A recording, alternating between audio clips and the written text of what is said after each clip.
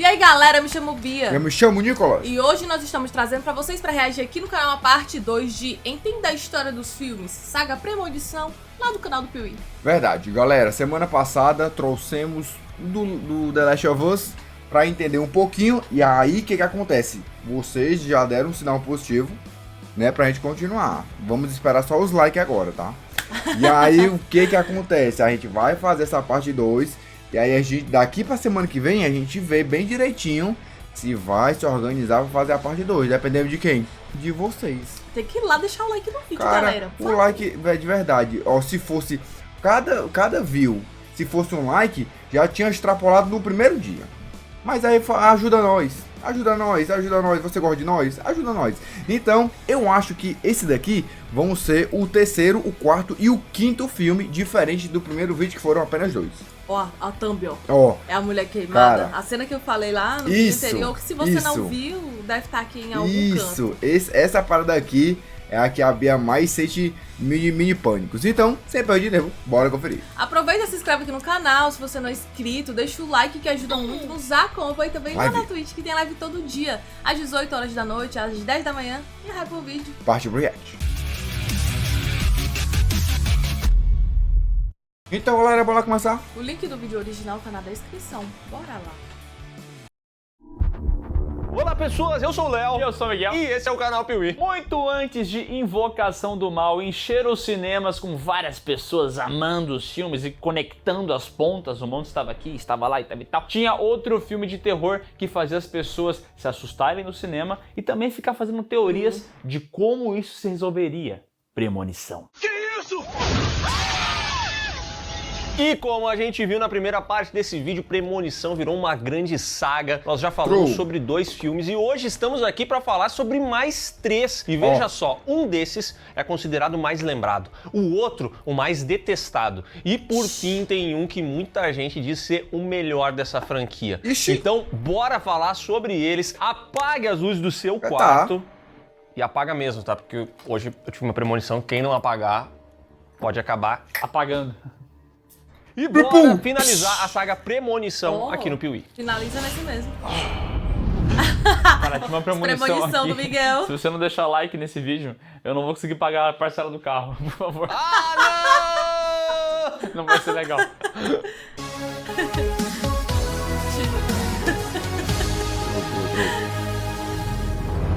No último vídeo comentamos como Premonição começou muito bem, chamou a atenção, colocou a gente no cinema, mas o segundo filme já foi muito mais fraco. E aí o pessoal da New Line ficou um pouco preocupado e pensou, cara, para não dar merda e essa franquia poder continuar, vamos trazer os envolvidos lá do primeiro filme, que eles vão conseguir botar ordem na bagaça. Eu quero meu dinheiro. E dessa vez a ideia deles não era ficar remoendo o Alex do primeiro filme, a Clear, não sei quem. Não, vamos fazer uma história nova que permita que futuramente a gente faça outras assim, entendeu? A ideia é mostrar que qualquer um pode ter uma premonição em qualquer lugar, até mesmo em um parque de diversões, veja só, que é conhecido por ser um lugar muito brincante, mas que aqui não é. A vida é um trem-bala, parceiro. Quer dizer, a morte é um trem-bala, parceiro. A vida é uma montanha-russa, parceiro. Oh, a morte também. Tu lembra muita coisa desse terceiro aqui? Eu só sei quando vai passando. Eu já gosto mais desse terceiro do que do segundo. O segundo eu gosto. O segundo é muito café com leite, eu nem lembro dele. O segundo eu gosto, mas esse daqui eu acho que tem mortes memoráveis, não tão quanto do segundo, mas de resto, esse daqui me convence mais. Bora. Premonição 3.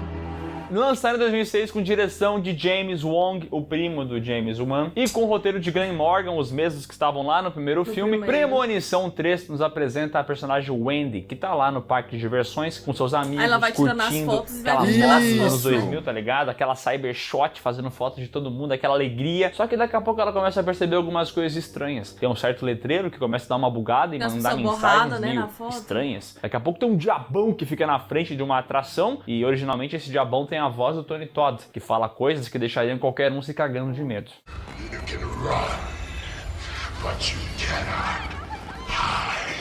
Ai, que merda, eu vou embora. Mas o Andy releva tudo isso, segue com seu namorado, seus amigos até a montanha-russa. E quando aquele brinquedo começa a entrar em atividade, a gente já vê que as coisas estão meio soltas ali, tá faltando parafuso em determinado lugar. No meio desse passeio, um dos caras deixa cair uma câmera nos trilhos da montanha-russa. E aí você já sabe o que acontece, né? Um grande acidente tira a vida de todos esses jovens.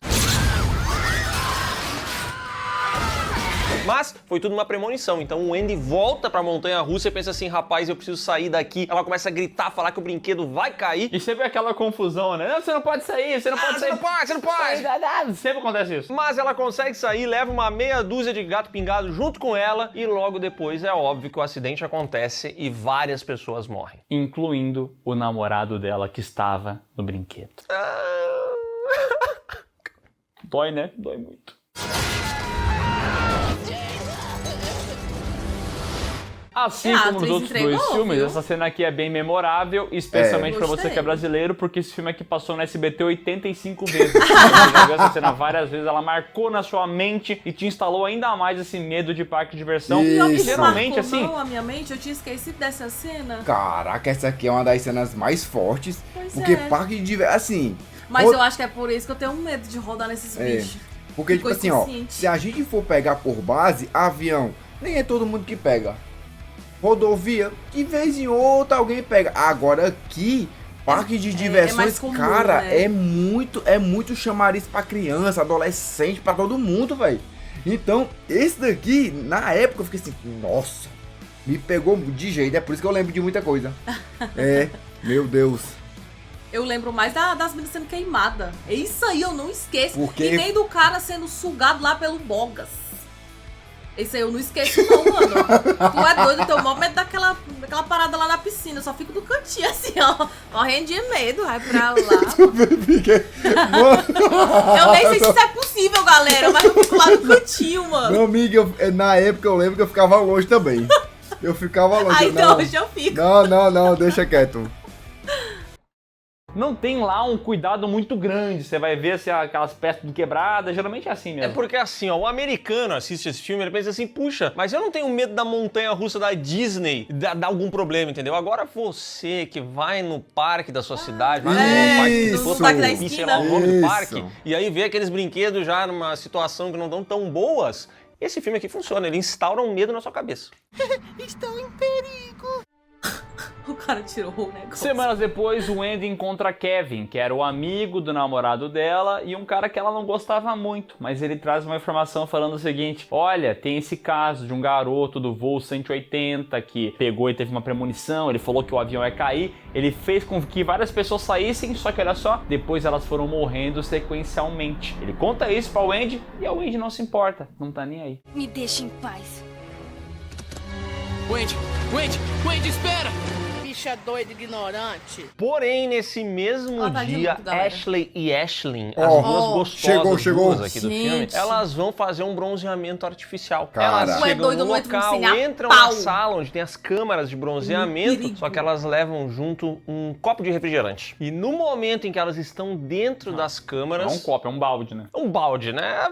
How is this a child-sized soda? Well, it's roughly the size of a 2-year-old child. É o copinho tradicional do americano, né? Esse é o copo M dos americanos. Elas levam um desses aí e no meio do bronze esse líquido acaba caindo, causa um curto-circuito. Uma madeira controlada, muito bem controlada pela morte, deixa as duas presas dentro das suas câmaras de bronzeamento e a temperatura vai subindo, até que elas morrem queimadas ali.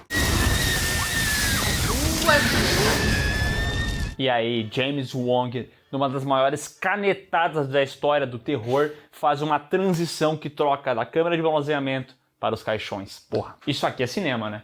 Isso é legal. Isso é muito legal. Isso é muito foda. Falando sério, assim, tem meme. Eu acho realmente uma ideia bem boa. Tu é doido, mano. Cinema. É, cinema.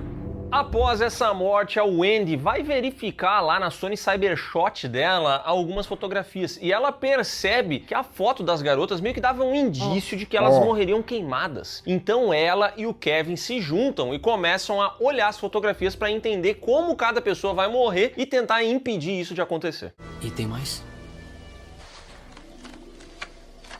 Oh, meu Deus. E o próximo é o Frank. Aliás, ele é um babaca, né? Tem uma cena que deixa bem claro isso. Ele tá no enterro das garotas, ele começa a falar com uma pessoa que ele pensa, olha, se eu pudesse amar mais as pessoas e não pensar só naquilo, talvez eu teria ajudado elas a viver, elas não ficariam tão bonitas pra me agradar. E aí a outra pessoa fala assim, nossa, que legal, parabéns pra ti que pensa isso, sendo irônica, né? E aí o Frank vai vindo assim, ó. Pequenas trufas. Caraca, ele é babacão mesmo.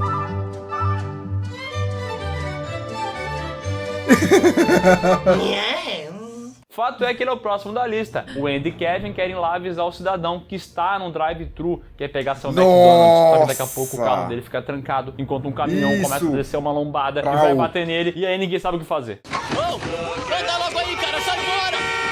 Isso porque antes de bater nele, o caminhão teria que bater na Wendy e no Kevin. E aí eles estão com o carro ali, eles estão vendo que eles vão morrer, mas eles dão um jeito de escapar, eles conseguem sair pela janela, o caminhão vem, esmaga o carro deles e com isso faz com que o motor do carro se projete, seja arremessado pra frente e acerte a cabeça do Frank, tirando a vida dele. E detalhe que na foto tirada pela Wendy, de fato a cabeça dele aparecia perto de um ventilador, de uma lâmina, assim. Então eles acreditavam que algo aconteceria com a cabeça dele. E aconteceu. Cena memorável, tá?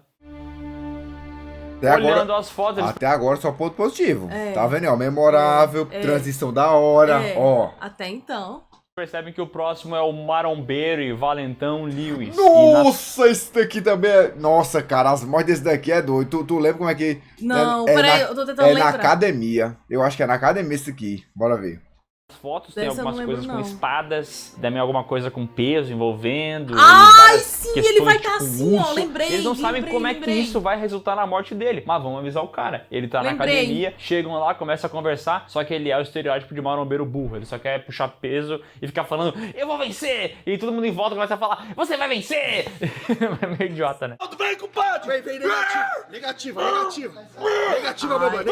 E o curioso é que essa academia, veja só, ela tem 2 sabres que nem tinha na foto. Uma academia muito peculiar, entendeu? Tem uma decoração diferenciada. E aí eles já começam a pensar, putz, esses sabres vão matar esse cara. E de fato um grande acidente acontece e ele quase é decapitado pelos sabres. Porque uma coisa importante de se falar é que não eram sabres cenográficos, eram sabres afiados, né? A academia levou a sério, então eles puseram lá os sabres mais afiados do mundo, entendeu? Não, foi a morte que afiou, galera. Quem pôs isso aí? O Lewis toma um cagaço, mas fala, caraca, eu sou foda, eu vou vencer, você vai vencer, cara, eu vou vencer. Daí ele vai fazer uma força e esmaga a cabeça. Mais uma cena memorável, tá?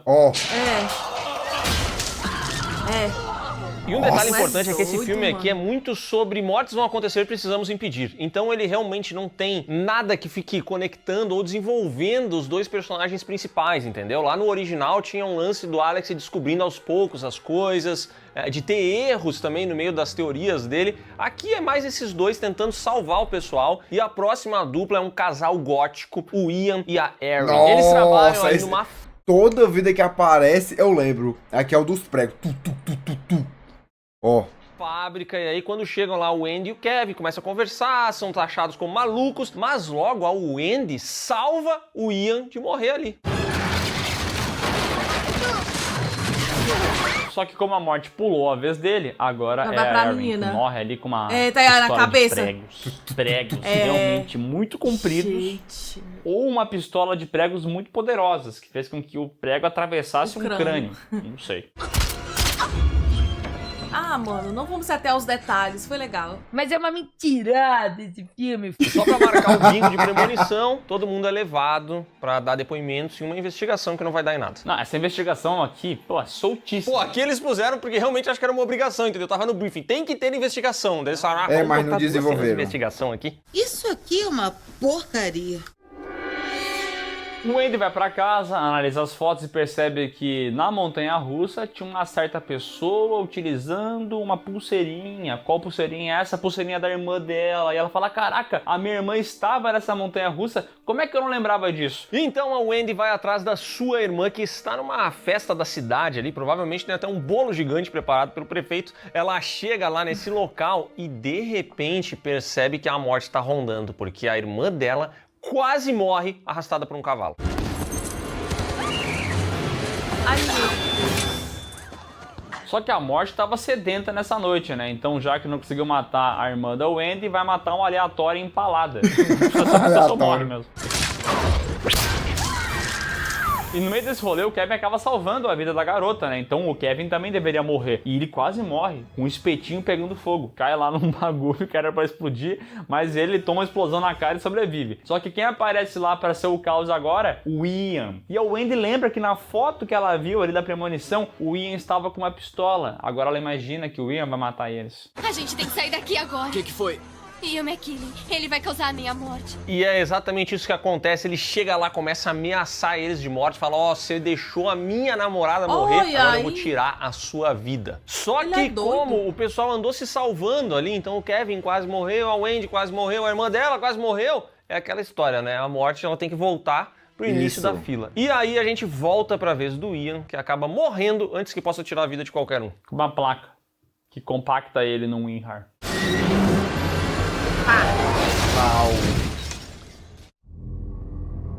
5 meses depois, a Wendy pega um metrô, porque ela vai até a faculdade e tal, e ela tá começando a ter várias premonições, acha uma coisa estranha e tal. Daqui a pouco ela quer sair porque vai dar ruim. Só que daí quem entra neste metrô, a irmã dela. E ela pensa, então eu vou sair mais. Agora que ela tá aqui, vou ficar. Tem o Kevin também, né? Ah, bom, então assim sim. Daqui a pouco ela vê que tá o Kevin ali. E aí ela percebe que vai dar merda. Daqui a pouco o metrô descarrilha e cai no chão e explode e morre todo mundo. Mas era só uma premonição.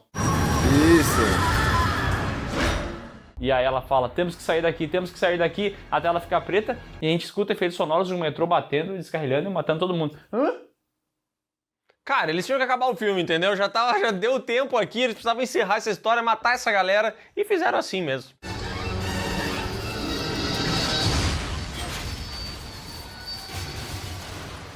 Não deu tempo. Premonição 3 custou 25 milhões e faturou 118. Foi muito criticado pelas pessoas da crítica especializada, mas os fãs gostam. Os fãs falam que é muito bom, para muita gente é o melhor da franquia e tudo mais. E é curioso como a Mary Elizabeth Winstead, que é a protagonista desse filme, é a única atriz dessa franquia que realmente vingou, né? Ele é padre, ele é gato, ele é o Padre Gato.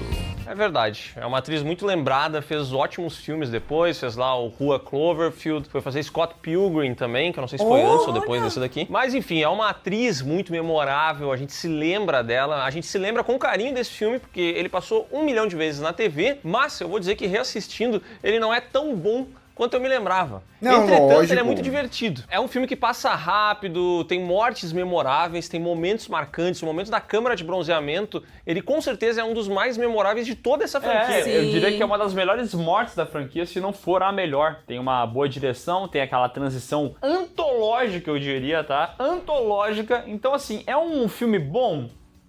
Acho que não, mas é divertido. Não vejo problema algum. É porque esse filme meio que tem o maior bingo de roteiro de premonição, entendeu? Ele não tá preocupado em fazer absolutamente nada minimamente novo. Então ele só preenche aqueles requisitos, mas a gente se diverte. No fim das contas, é um filme que é tranquilo de assistir, é de boa, mas eu entendo quem não gosta tanto dele, porque talvez seja muito repetitivo. Mas eu acho bem divertido, tá? Eu gosto.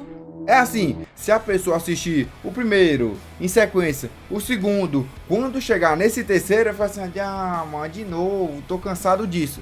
Só que quando a gente assistiu na época, era premonição, depois de 2, 3 anos foi o 2. Depois de 2, 3 anos foi o 3. Então eu tava com saudade de ver as coisas. Então bate aquela nostalgia e parece que por conta dessa falta a gente quer ver mais do mesmo diferente. E é isso exatamente que ele entrega. Eu acho que eu não tenho problema com isso, não. Eu também não tenho. Eu gosto, eu assistiria. Até porque, tipo assim, é uma sequência de mortes, mas são mortes um pouco diferentes. Isso. A mina queimada, né? O outro tem a cabeça esmagada. Esse aqui, pra mim, é mais memorável do que o segundo. Também acho. O segundo é meio merda. O segundo é meio mesmo. Bora. O filme rendeu uma graninha bem legal, os fãs gostaram, até hoje é muito lembrado. Então, pela lógica, New Line deveria ter continuado nessa linha, entendeu? Feito um próximo Premonição similar a esse, só que tem um problema. O James Wong, a essa altura do campeonato, ele estava envolvido com o grande projeto da vida dele, que é Dragon Ball Evolution. E aí ele não pôde se envolver no longa, então o que o pessoal pensou? Cara, Vamos trazer de volta aquela galera que fez um filme merda lá, o Premonição 2. É por isso que o 4 também eu não gosto, tá explicado. O 4 eu não gosto tanto. Tem uma coisa ou outra, é tipo esse, tem uma coisa ou outra que eu gosto, mas no geral eu não gosto tanto. Eu gosto do 3, eu gosto do 1, do 3, e eu acho que eu gosto mais do 5 do que o do 2 e do 4. Bora. Aquele que não deu certo nem na bilheteria? Isso aí! Ah, que legal. Premonição 4. Lançado em 2009 com o David Ellis, lá do segundo filme, e novamente com o roteiro do Eric Brass. Tá Temos agora Premonição 4, que tem um grande diferencial nessa franquia. Esse filme aqui foi feito na época que o 3D tava bombando. Então vamos fazer mortes que as coisas voem na sua cara. Sangue, tripas, carros e coisas, né? Porque daí o 3D vai ficar muito legal no cinema.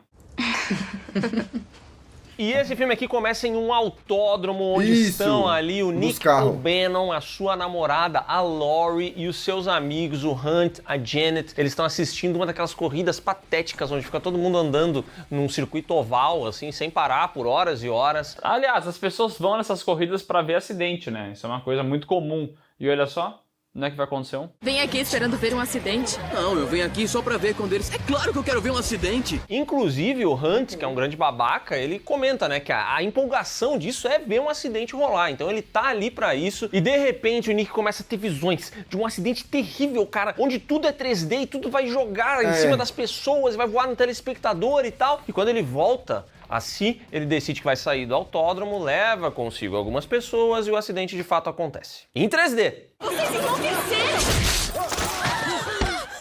E outra coisa que você vai perceber é que talvez o sonoplasta desse filme estava fazendo algum protesto não silencioso. Porque ele coloca efeitos sonoros que não tem sentido. Tem um momento que um carro derrapa e vem um som de golfinho.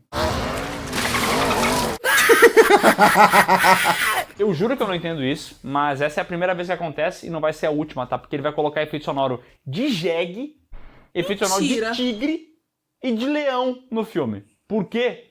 Não sei. Olha que coisa podre, ó. Podre. E essa é a primeira cena inicial da franquia, que é ruim.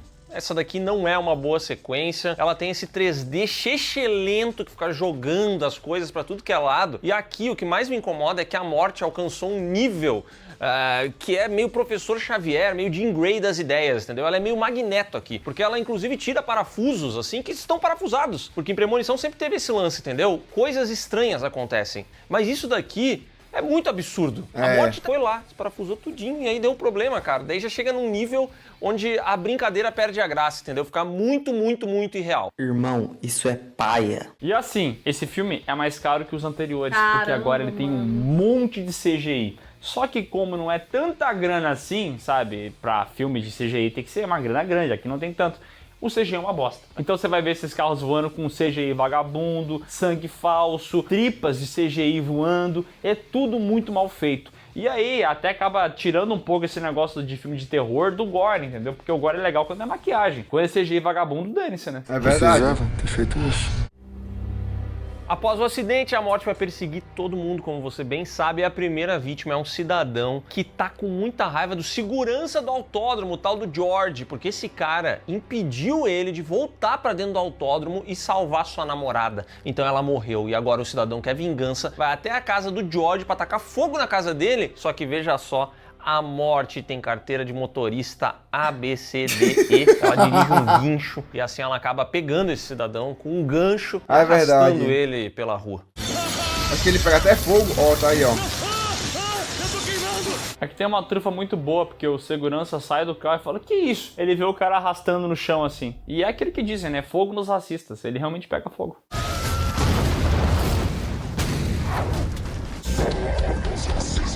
Mas o Nick sabia que isso ia acontecer, porque ele teve uma visão. Ele viu lá cigarro de CGI, tá ligado? Um monte de coisa acontecendo, efeito sonoro de tigre, efeito sonoro de jegue. E aí ele percebe assim, caraca, alguém vai morrer, ou alguma coisa vai acontecer. Só que ele ainda não tinha entendido seus poderes ainda, porque ele não foi capaz de evitar alguma coisa. Mas quando ele vê o jornal e vê que o cara morreu, ele fala, caraca, eu acho que as minhas visões estão querendo me contar alguma coisa. Você lembra do sonho que eu tive ontem à noite? Eu acho que não foi um sonho. Foi como uma visão. Infelizmente pra ele e pra nós, nesse filme as premonições elas não mostram uma cena, entendeu? Ó, o primeiro filme, o cara via o acidente, ele via coisas acontecendo, sempre foi assim. Aqui é o 3D pelo 3D. Objetos 3D na tela. Essas são as premonições. E com CGI chechelento. Horrível! Caraca, eu não lembrava disso, que era tão podre. Mas esse aqui, eu lembro que eu não tinha gostado tanto. Eu não tô lembrando nada desse filme. Nada, né? É aqui que o menino morre na piscina ou é no próximo?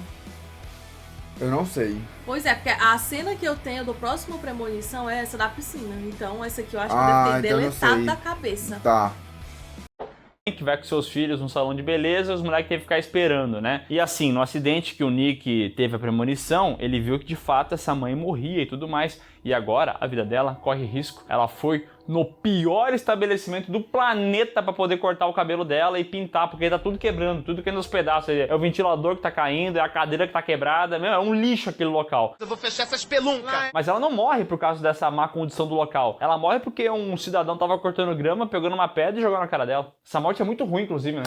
O cara faz toda uma preparação, assim, de como é que ela vai morrer, mas a morte é ridícula. Quando ela finalmente acontece, é um lixo.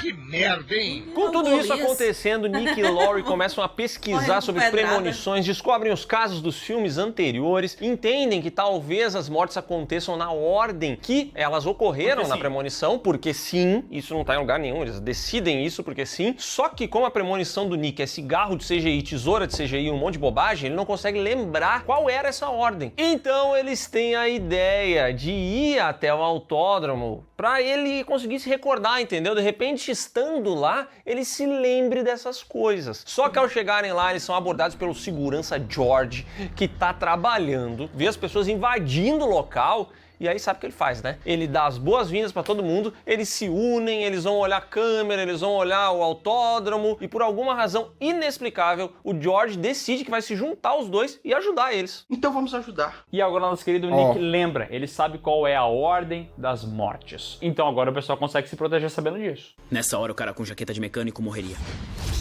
Então ele é o próximo. É, eu acho que sim.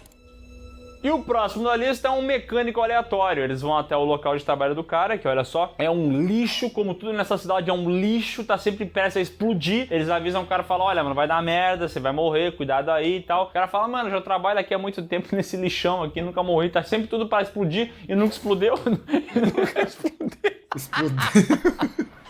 Cara, nunca explodeu, é foda. Explodeu, cara, por que vai explodir agora, entendeu? E aí ele fala, vai lá na equipe e fala, mano, não tem problema não, tô de boa. Daqui a pouco vem um carro e quase atropela ele. Mas não atropela, cara, esse filme daqui a pouco ele atropela. Ruim, é o David Ellis, é o mesmo diretor do segundo filme, então ele faz esse lance de vai morrer. Não morreu. Ah, mas depois de 2 segundos morre.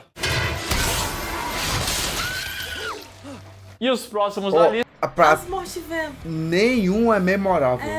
Até agora, quando a gente tava vendo do filme 3, do prego. Tá, não sei o que. Esse daqui, meu amigo. Até agora nada. Não teve nada, não. Nada, um filme de nada. Tu lembra de alguma cena? Não memorável. Não memorável. Nada. E Janet, vamos avisar a galera. O Hurt tá lá pegando meninas e tal, tá numa piscina, chamando a atenção da galera. Tem uma cena de nudez aqui, né? Tem que ter sexo pra chamar a atenção do jovem. Putz, essa cena, eu lembro de assistir esse filme há muitos anos e achar essa cena extremamente desnecessária. Porque é uma cena um pouco pornográfica demais pra todo o resto do tom do filme. Vai ter a cena e agora, reassistindo ao filme, eu acho ela ainda mais execrável. Vai, isso! É verdade! Mas fato é que esse cara acabou de... que esse filme eu fui assistir de lançamento no cinema. Nossa! Agora que ele falou dessa cena aí, foi que deu assim, um start na cabeça. Eu fiquei com tanta vergonha no cinema, porque sei lá, mano, eu tinha 15, 16 anos. Nossa! Eu fiquei com tanta vergonha. Só? Não. Tava acompanhado do povo da igreja. Gente, pelo amor de Deus. Vocês imaginam aqueles jovens da igreja assistindo esse filme nessa hora? Acabou. Meter bala, vai lá descansar na piscina, um garotinho começa a provocar ele fica puto, pega a arma do moleque, joga pra lá e aí acaba ativando o sistema de sucção da piscina. E ele não sabe que ligou, entendeu? Só que daqui a pouco ele vê que uma moeda caiu na água. E esse idiota vai mergulhar pra pegar uma moeda. Que isso? O cara viu uma moeda de 50 centavos caindo na água e ele fala assim, eu tenho que pegar essa moeda. O filme deixa bem claro que essa era a moeda da sorte dele. Ah, tá. Pessoas que não tinham uma dessas?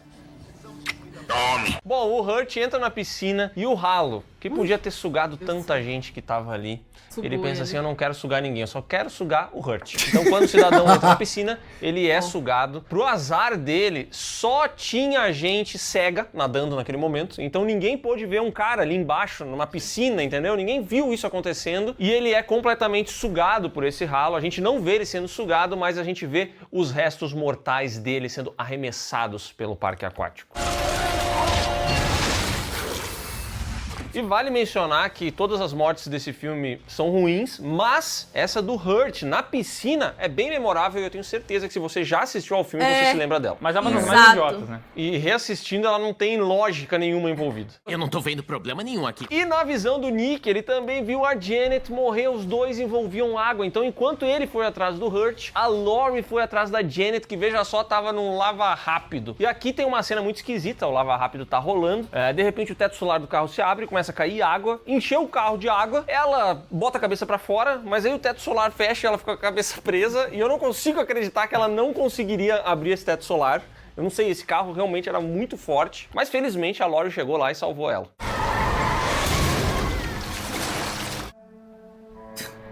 E o George Kent vai ser o próximo... Cara, esse daqui é o pior de todos, velho.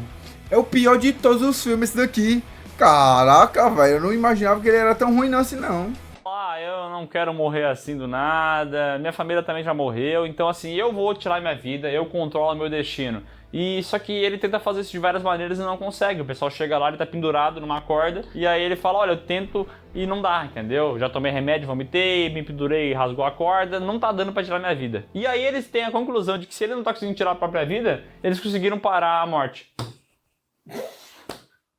Tá bom. E eles pegam uma cidra que o George ganhou num posto de gasolina no final do ano, tá? Ele abasteceu o carro inteiro, encheu o tanque, ganhou uma cidra daquela de maçã. Eles estouram isso e comemoram, que agora eles vão viver. Agora ele morre. Acho que eu devo parabéns a você por quebrar a corrente. Agora ele vai morrer. Mano, tu tá entendendo que o quão podre é? Tosco. Cara, olha isso aqui, ó. Agora eles vão viver. Bom, acho que eu devo parabéns a você. Mano, por que é que colocaram uma tampa de champanhe de CGI 3D? Pra quê? Eita, chegou bem perto da minha vista a tampa. Pra poder gastar o CGI, né? Putz grila, velho. Por quebrar a corrente. Bom, mas a gente sabe que não é assim que a morte trabalha. E o Nick, veja só, ele tem mais uma visão. Na cabeça dele ele vê uma cobra de CGI horrorosa, uma das cobras de CGI mais feias que eu já vi na minha vida. E na sequência, ele assiste novamente ao programa do Datena e descobre que tem mais um sobrevivente desse acidente lá no autódromo. Ou seja, o George não morreu porque não era a vez dele, tem esse cara antes. Aí eles tentam ir até o hospital onde o malandro tá internado pra salvar ele. Só que quando eles chegam lá é tarde demais, porque encheram muito uma banheira no andar de cima e ela simplesmente destruiu o piso e caiu em cima do cara. Na saída desse hospital, a gente sabe o George é a próxima vítima e ele comenta assim, nossa, eu estou tendo um déjà vu aqui. E nesse momento vem um carro e atropela ele, tal qual aconteceu já em outros filmes de premonição. E esse não era qualquer carro, era uma ambulância. Aí tem o símbolo ali da medicina, entendeu? Da cobra. E aí o Nick consegue conectar as pontas. Ele fala, então foi isso que a minha premonição inútil me disse, que ele ia morrer atropelado por uma ambulância. Mas isso não ajudou. Mas vai morrer mais gente, tá? Nas visões dele, ele percebe que vai morrer a namorada, a amiga da namorada, e elas estão no cinema pra ver um filme que o mundo inteiro quer ver. Cara, é o cinema mais lotado da história. E só tem sessões desse filme. E ele não sabe em qual sala entrar pra avisar que vai dar merda, né? Tá em todas as salas. Então, enquanto ele fica entrando em uma sala, em outra, meu amigo, não dá tempo, o local explode. A Laurie sobrevive à explosão, mas quando ela tá saindo dali, uma escada rolante desconfigurada, uma escada rolante que estava saltando, uma escada rolante mortal, suga essa mulher e tritura o corpinho de slime dela. Ai, eu lembro que na época eu fiquei com medo de escada rolante. Era uma visão. Cara, eu não consigo lembrar desse filme até a cena chegar. Até a cena chegar, exatamente. Eu não lembro, cara. Nossa. Ainda hoje eu tenho aquele beijo da escada rolante. Na época eu lembro também de, por conta dessa cena, ter ficado com medo. Eu não ando mais de escada rolante. Nunca mais. Aí pegava elevador. Aí acontece outro filme de elevador. Eu não pego mais elevador. Agora eu vou pra escada rolante. Agora eu não, vou pra escada normal. Normal. E ele percebe que vai conseguir evitar essa treta. Ele não consegue evitar o George, que é atropelado, mas a namorada e a amiga ele ainda pode salvar. Ele sai correndo e tenta apagar o incêndio que foi iniciado lá em cima desse shopping. E aqui a gente tem mais uma vez o uso da pistola com pregos gigantes. Isso porque o Nick é pregado na parede, uma parede de concreto, com pregos. Ele tá com o braço aqui, ó, e os pregos pegam ele. São pregos dessa pistola. E a pistola tava lá na entendeu? E os pregos voaram e pegaram, né?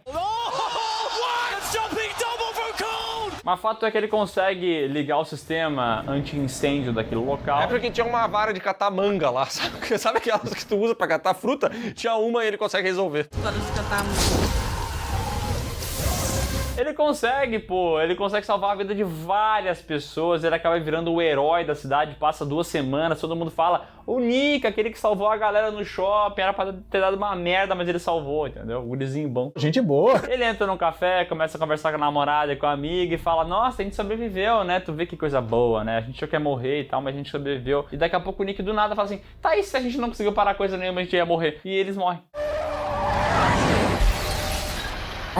A gente tinha que acabar o filme mais uma vez, tinha que matar eles. O roteiro não conseguiu pensar como fazer isso. Então eles estão tomando um cafezinho de boa, quando de repente vem um caminhão, passa por cima deles. A gente vê isso numa animação, entendeu? Meio que um raio-x. E aí eu preciso dizer que ou o David Ellis tinha jogado o Mortal Kombat 9 e ele viu o X-Ray, ou o pessoal do Mortal Kombat 9 assistiu esse filme. Porque não é possível que essas obras tenham cenas tão parecidas. Alguém copiou alguém aqui. Você me deve desculpas. Premonição 4 subiu o orçamento, já que tem um monte de 3D, e foi pra 40 milhões. Só que faturou 187, sendo um sucesso, né? Acho que na época o pessoal queria ver coisa em 3D e teve que se sujeitar a ver esse lixo. Os é verdade, galera. Tem muitas coisas que hoje em dia dão certo por conta do momento. Da novidade. Exatamente. Na novidade era 3D. Tenho certeza que o 3D, se já fosse implementado faz tempo, não tinha dado certo. Não tão desse jeito aqui. Esse filme, a crítica também, porque esse é muito ruim. As atuações desse filme são inacreditáveis. Esse garoto, o Nick, ele deve estar trabalhando no Bob's hoje em dia, porque não é possível. Esse cara não tem como atuar em mais nada na vida dele, cara. Esse filme é ruim, cara. Esse filme é aquele caso de filme sem qualidade. Ele é um filme de 1h20. Vocês têm noção? 1h20. E ele não consegue entregar pra gente nada em 1h20, ele parece ser muito mais longo, ele é muito arrastado, não sei explicar. Ele não te entretém de maneira nenhuma, mas ele tem essas trufas, que são as cenas tipo o George vendo o cara sendo arrastado, efeitos sonoros de animais, piadas aleatórias. Esse filme, ele é a risada da queda, sabe? Quando a pessoa tropeça e cai no chão. Isso aqui é engraçado porque é muito ruim, mas eu acho que quem tava querendo fazer, tava tentando se esforçar, sabe? Tava querendo fazer alguma coisa legal. O David Ellis é muito ruim, muito ruim. Eu não sei o que mais ele fez na carreira dele, não me recordo, mas se a gente tomar como amostragem Premonição 2 e 4, esse cara é o câncer da franquia. Tu é babaca, cara! É um filmeco, mas fez grana, então a New Line entendeu que o caminho era seguir com o 3D. Eles estavam na linha certa, entendeu? Esse daqui já é melhor que o 4 e muito. Eu não tenho nenhuma cena, não. Tem não, né? Assim, na cabeça, não. Não sei se eu tô lembrando no decorrer do filme. 2011, com roteiro de Eric Bressler de Bird Box e O Farol, e com direção de Steven Quayle, que até então era conhecido como diretor de segunda unidade lá de Titanic. Premonição 5 abre referenciando mortes que a gente já viu na franquia, de outros filmes e tal. E é um momento legal, meio saudosista, sabe? Tipo, nostálgica. Olha que legal! E na sequência a gente conhece o Sam Lawton, que tá fazendo uma viagem de trabalho com vários colegas de trabalho. Vão fazer, sabe aquelas paradinhas de conhecer o pessoal, se ajudar pra fazer convenção. Ih, rapaz, convenção, entendeu? Eles querem fazer isso aí e eles estão tudo num ônibus se preparando pra fazer essa viagem. Pedro, sentiu isso? O quê? Tem alguma coisa errada. Porém, não demora para que Sam Lawton comece a ver alguns sinais. Ele enxerga um caminhão de tora, veja só, que retorna aqui. Ele ouve uma música no rádio, que dessa vez não é Highway to Hell. Dust in the Wind. É Dust in the Wind. E ele começa a entender que as coisas vão dar erradas, e de fato elas dão. Uma ponte pela qual eles passariam cai, e aí tem gente sendo desmembrada, tem piche caindo em cima das pessoas e matando elas. Pessoas slime se desfazendo. Tem pessoas slime se desfazendo, pessoas caindo na água, é um caos. Mas, obviamente, era tudo uma premonição. Quando volta, ele sai do ônibus, leva consigo algumas pessoas e a ponte de fato cai, rolando um grande acidente. Essa é a cena mais bem feita da franquia. Não tô falando que é a mais memorável, não tô falando que é a melhor, mas é a mais bem feita em nível de produção, tá? Aqui realmente eles aumentaram o sarrafo, o CGI é muito bem feito, e eu acho que a experiência em 3D desse aqui deve ter sido incrível, tá? Porque o tempo inteiro você vê o chão cedendo e caindo asfalto e tal, coisas voando na tela, e é tudo muito bem feito, né? Legal! Empolgante. Essa daqui é uma cena bem marcante, ela é bem legal, tem umas mortes um pouco mais violentas, talvez por ser mais bem realizado, entendeu? Porque o filme anterior também já tinha algumas coisas que teriam bastante gore, só que era tão mal feito que você não sentia. E nesse aqui não, você vê a morte e fala assim, que isso? Tem uma pessoa que cai no mastro de um navio e aí os órgãos vão pra cima assim e é bem feito. Quem sobrevive? Sam, o Evaristo Costa, Molly, sua namorada, o seu amigo Pita, que é o Tom Cruise do Paraguai, tem a namorada dele também, a Casey, e o chefe, que é uma espécie de Michael Scott, é um cara meio inconveniente. Aliás, esse ator, ele tava lá também. Tava lá no The Office. Quem que é isso? Dois e adora traçar a sua mãe. E outros três colegas, o Nathan, a Olivia e o Isaac. Eles sobrevivem, mas sabe como é que é, né? Em premonição, agora eles vão começar a morrer. Todos vão morrer. E quem deixa isso claro pro Sam é, veja só, o William Bloodworth, que tá de volta. Ele não tinha aparecido nos 2 filmes anteriores, mas aqui ele tá lá no memorial da galera que morreu e ele fala pro Sam, só pra te avisar, a morte não gosta de ser enganada. E depois ele desaparece. Ele inclusive faz esse galãozinho, né? Out. A morte não gosta de ser enganada. Tá, obrigado pelo conselho. Os jovens preferem ignorar esse agouro, mas a Candice, a namoradinha do Tom Cruise do Paraguai, prova para eles que William Bloodworth tinha razão, porque ela vai lá fazer suas peripécias artísticas de ginástica, quase pisa num parafuso. E essa cena é agoniante, é só um parafuso, jamais ia matar ela, mas o pezinho dela sempre perto do parafuso, dá um ruim. Muito bem dirigido, né? Muito. Olha isso. Estou ficando nervoso. Ela quase pisa no parafuso, mas quem pisa na verdade é sua colega, que acaba caindo do cavalo, bate lá num balde de pó de magnésio, que voa na cara dela, ela se desequilibra e acaba caindo, e como ela é feita de slime, ela se quebra toda. Essa cena é bem legal. Foda. Bem legal. E é legal que é uma morte, porque assim, premonição sempre ensaia tanto a morte que o impacto dela quando acontece é menor. Só que esse daqui eu tenho a impressão que é mais direto, entendeu? É muito rápido, assim, entre a garota cair, o pó pegar e a menina se fazer no chão. É tudo muito rápido, então é uma morte que tem impacto. Ela se estatelou, como dizem, né? Eu vou cair! E o próximo da lista é o Why. Eu acho que tu não assistiu esse. Será? Eu acho que esse aqui tu não assistiu, porque esse daqui é como se fosse o 0.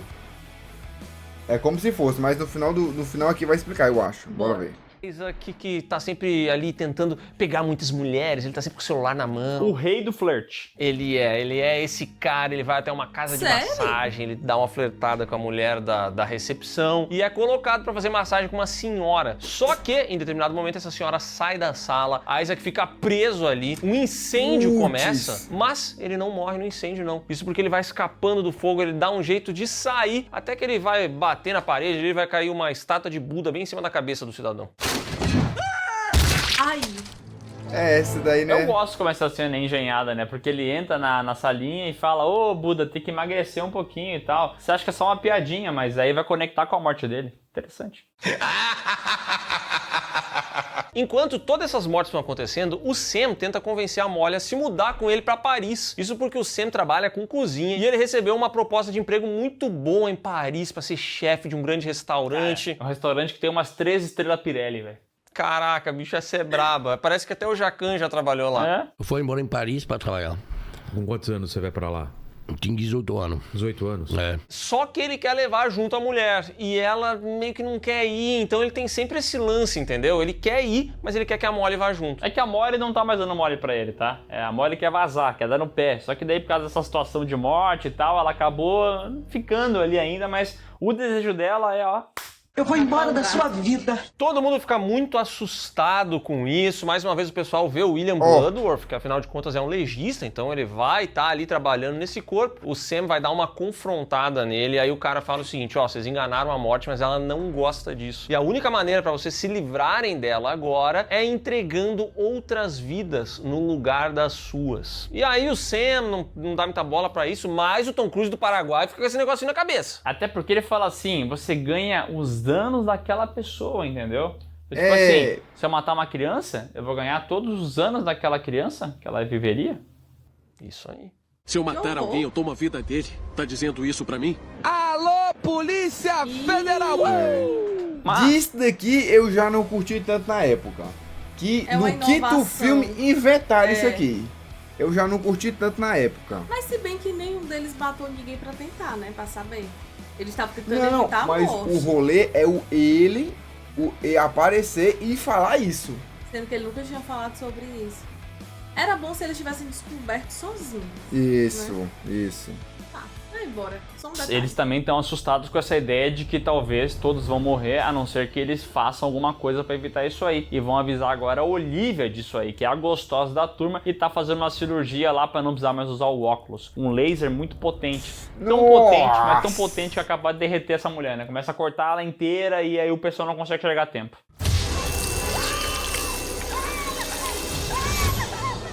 Porque quando eles chegam lá, ela se levanta, resbala e acaba caindo da janela. E aqui, ó, mais uma cena lembrada da franquia, tá? Que é ela sentada, o laser vindo, o olho abertão, assim, é muito tenso, mas uma cena bem feita. Esse filme tem boas mortes, tá? Esse filme só tem boas mortes, eu acho. Ó, viu? O 4 é muito ruim. Depois disso, Sam raciocina que essas mortes estão acontecendo na ordem da premonição dele e vai falar com o tal do Nathan, um cidadão que trabalha na empresa junto com ele. Essa empresa, que veja só, é chamada de Presage. Nossa. Presságio.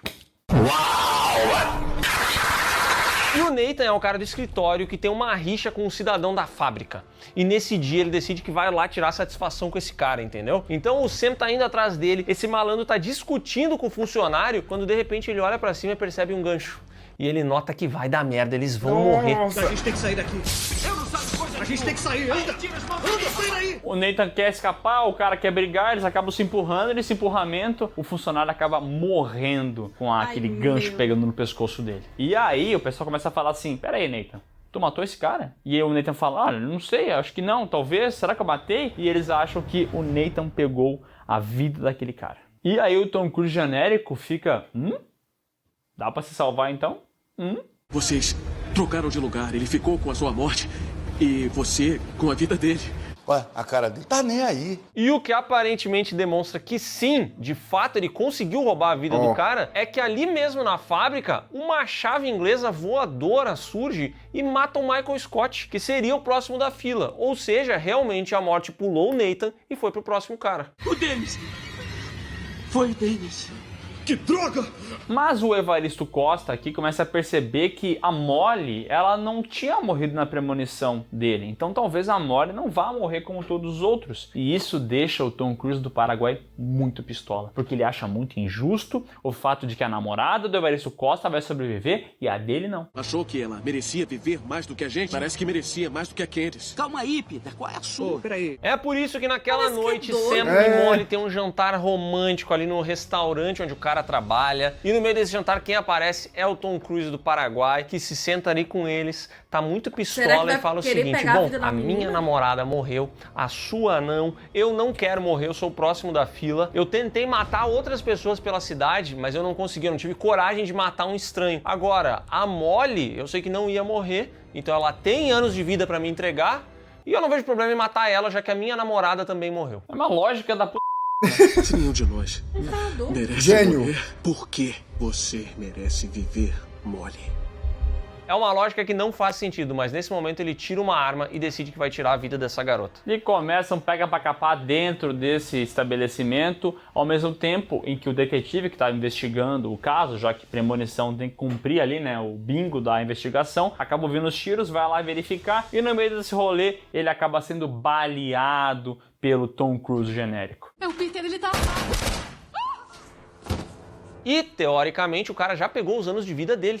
Então o Tom Cruise não vai morrer. Porém, a Molly viu ele matando o cara. Então agora ele precisa matar ela pra não correr o risco de ser preso aí futuramente. Eu não vou passar o resto da vida que acabei de ganhar na prisão. Só que nesse momento aparece o Evaristo Costa pra proteger sua namorada e começa uma grande briga nesse local. Tem espeto voando pra cima e pra baixo, tem um revólver que cai uma hora num fogo, ele fica ali esquentando, e aí a gente pensa que isso vai matar um dos dois, mas não é o que acontece, porque o Evaristo Costa acaba empalando o Tom Cruise do Paraguai com um espeto de churrasco, tchê. Peter... Notícia de última hora, Tom Cruise morreu. E aí ele rouba os anos de vida desse cara. Então, ó, se a Molly não ia morrer e ele agora tem esses anos de vida que são do detetive e do Tom Cruise do Paraguai, tá todo mundo salvo. Isso, tá safe. E vou dizer uma coisa, esse filme repete muito dos anteriores, né? O mesmo lance, premonição, as coisas vão acontecendo na ordem que ele viu e tudo mais, mas essa dinâmica de roubar a vida das pessoas pra enganar a morte traz um certo frescor pra esse filme, tá ligado? Ele é um pouco diferente dos outros e eu gosto muito mais dessa lógica de tirar a vida de alguém e roubar os anos dessa pessoa do que da lógica lá do primeiro filme que é estabelecida em toda a franquia, que é o lance de enganar a morte. Não, eu vou dar um jeito de sobreviver e aí ela pula pro próximo. Eu acho que esse método aqui permite que surjam vilões nos filmes, que nem é o Tom Cruise do Paraguai. Fato é que passam-se 2 semanas, Evaristo Costa sobreviveu, tá com a Molly, eles vão pra Paris, entram lá no avião, começam a falar sobre a viagem, que vai ser incrível, não sei o que lá. Só que daqui a pouco a gente percebe que este é o Voo 180! Porque esse filme aqui é um prequel, ele se passa antes do primeiro. Voo 180, 13 de maio de 2000. Ah, tá, porra. E aqui tem até uma cena lá do Alex e dos amigos dele brigando dentro do avião, sendo expulsos do local. E o Sam fica olhando assim, ih, que é isso que tá rolando aqui? E daqui a pouco o pessoal comenta do lado ali, é porque parece que o moleque teve um presságio e tal, teve uma visão. E aí o Evaristo Costa fala, p*** que eu parola, isso vai cair. E não é que cai? Não. Essa cena é foda, tá? A namorada dele sai voando pelo avião e ele pega fogo assim.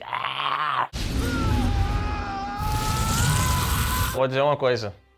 Baita final. Baita. Esse é um final muito bom. Muito bom. Plot twist excelente do filme. Mas não é a última cena, tá? Porque depois a gente vê o Nathan, aquele cara que roubou os anos de vida do malandro da fábrica. Esse também tá vivo. Acontece que descobriram que o cidadão da fábrica tava doente, que ele ia morrer em breve. E é isso que acontece com o Nathan. Ele morre aqui. Premonição 5 custou 40 milhões, mostrando que, às vezes, as pessoas conseguem pegar o mesmo valor e fazer um uso muito melhor dessa grana. Porque, cara, Premonição 4 e o 5 custaram a mesma coisa. E a diferença de qualidade dos dois é gritante. Absurdo. O filme faturou 157 milhões e as críticas foram mais positivas, porque esse filme aqui é mais criativo do que a gente viu até então e ainda consegue fazer esse lance de conectar as pontas. Pra mim, esse aqui é facilmente... o melhor ou o segundo melhor da franquia, porque, tipo assim, comparado aos outros 3, ele tá além, entendeu? Ele tá muito além pra mim, muito mais bem feito. Todas as mortes são boas e ele é um filme interessante, divertido, ele te prende na trama, né? E é legal que é o 5º filme, mas ele consegue trazer algumas coisas novas, um filme muito divertido de assistir, conecta muito bem com o primeiro. O primeiro e o último, cara, se você assistir o primeiro como o 1 e esse aqui como o 2, você tem 2 filmes muito legais, você vai ter uma dupla de filmes ali, massa mesmo. E agora, depois de muitos anos na geladeira, a gente vai ter um Premonição 6, que tem no seu título Laços de Sangue. Então vamos ver se isso significa alguma coisa como a morte caçando uma mesma família, ou se vai ter uma conexão com filmes anteriores, qual vai ser a explicação para isso. Mas é o filme que tem aí a última atuação do Tony Todd, né? E enfim, estamos ansiosos para assisti-lo, porque essa franquia, apesar de não ter grandes filmes, é muito legal. Vai ver, a morte não tá atrás da nossa família, porque isso é loucura. Bora ver, né? E, cara, tomara que seja bom, que nem o Léo falou, o quinto de uma franquia ser interessante, ser bom, é uma parada rara, tá? Mas isso aqui aconteceu. Então, isso puxa aqui agora o ranking dos melhores e piores. Pra mim, o melhor é o primeiro. Primeiro. Ainda, mas assim, Primeirão. bem pertinho, grudado, é o quinto. Depois vem o terceiro, que na real a ficou muito abaixo. Não, 2 e o 4. Depois vem o 2 e por último o 4. Eu acho o 4 horroroso. O último filme, o Premonição 5. Eu acho que esse plot twist do final dá uma engrandecida forte no filme, muita morte legal. O primeiro filme também é muito divertido, tá pertinho ali, funciona bem demais. Depois vem o terceiro, que eu concordo, envelheceu que nem leite pra mim, apesar de ter ali uma atriz que a gente lembra, vários momentos e tudo mais. E aí depois eu vou deixar o 2 e o 4, mas eu gostaria de deixar claro que pra mim o 4 não é tão pior que o 2, porque eu acho esses dois filmes muito ruins. Eu inclusive vou botar o 4 e o 2 depois, que é pra eles ficarem muito ruins, entendeu? Pros dois, assim, estarem como os piores. Entendi. Assim, até então, ele colocou o quinto sendo o primeiro lugar, né? É. Só que aí, se ele fizer isso, eu acho que ele menospreza um pouquinho o primeiro filme, porque o quinto só se torna o primeiro por causa do primeiro. Eu fico com a lista do Miguel. É o 1, o 5, o 3, 2 e 4. O 4 pra mim é o mais horroroso de todos. 4 é triste. 4 é triste. Eu acho que eu não assisti esse 5 não, porque eu não lembrei de nada. Eu só lembro por conta desse plot aqui. Ah, do plot. O plot eu fiquei assim, na época, até eu fiquei, caraca, conseguiram conectar. Na minha cabeça, já tinham fechado todo o ciclo. E aí vai ter Premonição 6, né? Eu acho que não deveria ser Premonição 6. Eu acho que deveria ser Premonição Remake. Premonição 0. Premonição Rebirth. A morte tá de volta. Mano, é porque, coisa assim. Na minha opinião, quando puxa um número pro outro, eu acho que normalmente... Dá ideia de continuidade, né? Dá ideia. Porque aí... será que eles vão de novo pegar o Alex? Porque, meu amigo, o Alex é a base de todos os filmes. Não, o Voo 180, segundo o filme, o Voo 180, o quinto filme, o Voo... Na verdade, o quinto filme não fala do Voo, porque é justamente por conta dele que tem o Voo, né? Mas, já deixa aí nos comentários, caso você já tenha assistido, caso você gostou, e aí a gente vai conversando, e qualquer coisa, pelo que eu tô vendo aqui, o Piuí já fez também, alguma coisa a respeito dele. Então, próximo vídeo, pra gente não ir direto pra outra... né?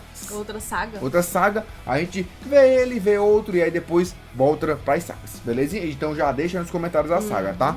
Então galera, é isso, estamos por agora e até a próxima.